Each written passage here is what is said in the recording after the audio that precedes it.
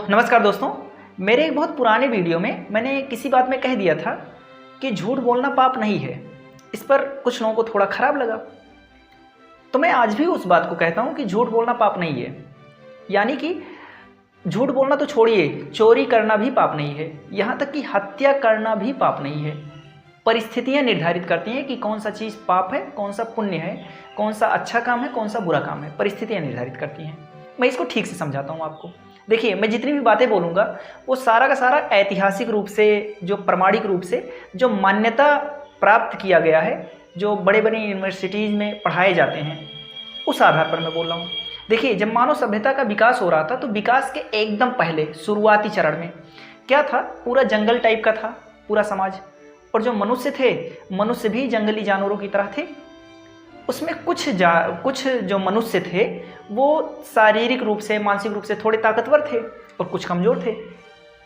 आगे चलकर क्या हुआ, जो कमज़ोर लोग थे उनको जो ताकतवर लोग थे उन लोगों ने गुलाम बना लिया, अपने अंडर में काम करवाने लगे, सब कुछ अपने अनुसार करवाने लगे और वो दास बन गए।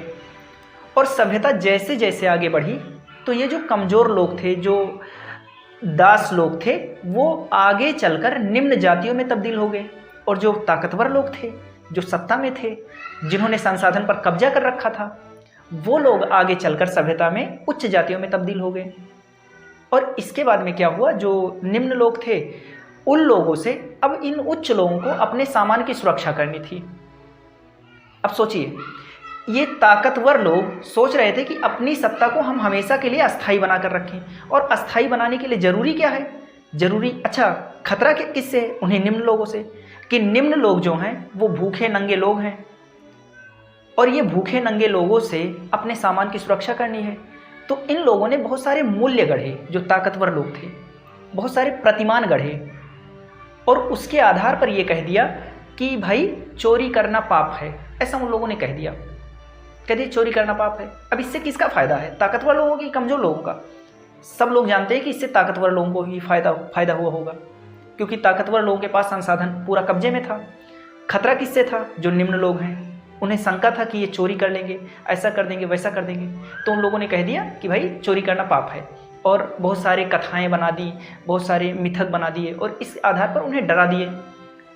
इसी तरह से सारे के सारे मूल्य, जितने भी मूल्य हमारे समाज में चलते हैं, वो सब इसी तरह से बने हैं।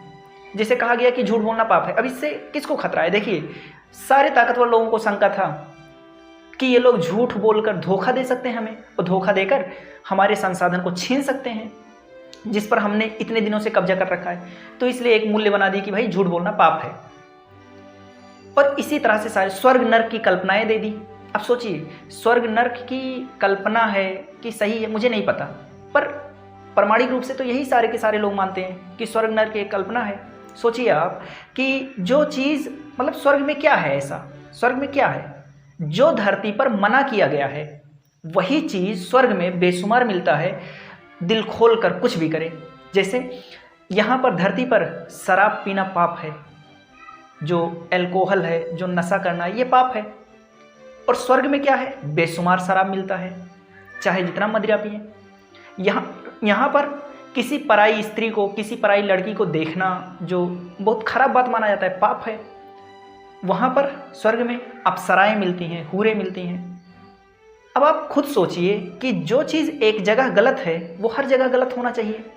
ईश्वर ने अगर सबको बनाया है तो जो चीज़ एक जगह गलत है वो हर जगह गलत बनाना चाहिए। ऐसा कैसे हो सकता है कि कोई चीज़ एक जगह सही है, एक जगह गलत है? ऐसे कैसे हो सकता है? अगर शराब पीना पाप है तो हर जगह पाप होना चाहिए, यहाँ भी, स्वर्ग में भी, हर जगह होना चाहिए। तो इस तरह से कल्पनाएं की। देखिए, आप लोग ऐसा मत सोचिएगा कि मैं सारे मूल्यों को, सारे प्रतिमानों को खारिज करने के लिए वीडियो बना रहा हूँ, ऐसा नहीं है। पर कम से कम प्रकाशिक रूप से जानकारी तो होना चाहिए, कम से कम जानना तो चाहिए। और आप वैसे भी सोचिए, देखिए नियम है, ऐसे नियम बने भी हैं। कहा भी जाता है कि जब एक देश खतरे में हो तो उसके लिए एक गांव का बलिदान किया जा सकता है। जब एक गांव खतरे में हो तो उसके लिए एक परिवार को बलिदान दिया जा सकता है, परिवार को दे सकते हैं, उसकी मतलब बलिदान कर सकते हैं उसे। एक परिवार पर खतरा है तो उसके लिए एक व्यक्ति का बलिदान किया जा सकता है। अब सोचिए, आप कहते हैं कि हत्या करना तो बहुत पाप है, बहुत खराब बात है, नहीं करना चाहिए। अब सोचिए, मान लीजिए आप एक ऐसी स्थिति में फंस गए हैं कि एक आतंकवादी आ गया है और वो आतंकवादी कल बम लगाएगा, 1 लाख लोग मर जाएंगे। आपको पता चल गया है और आपके हाथ में कुछ ऐसा लग गया है कि आप उस आतंकवादी को मार सकते हैं, और आप अगर कुछ भी इधर उधर किए तो दिक्कत हो जाएगा, फिर 1 लाख लोग मरेंगे ही मरेंगे। अब बताइए ऐसी स्थिति में क्या आप उसकी हत्या करेंगे कि नहीं करेंगे? तो सब लोग कर देंगे, क्योंकि अगर हमने उस आतंकवादी को नहीं मारा तो वो कल 1 लाख लोगों को निपटा देगा। तो इसी तरह से आप हत्या कर सकते हैं। अगर बहुत सारे लोगों की जान बच रही है तो एक लोगों का निपट जाना ही सही है।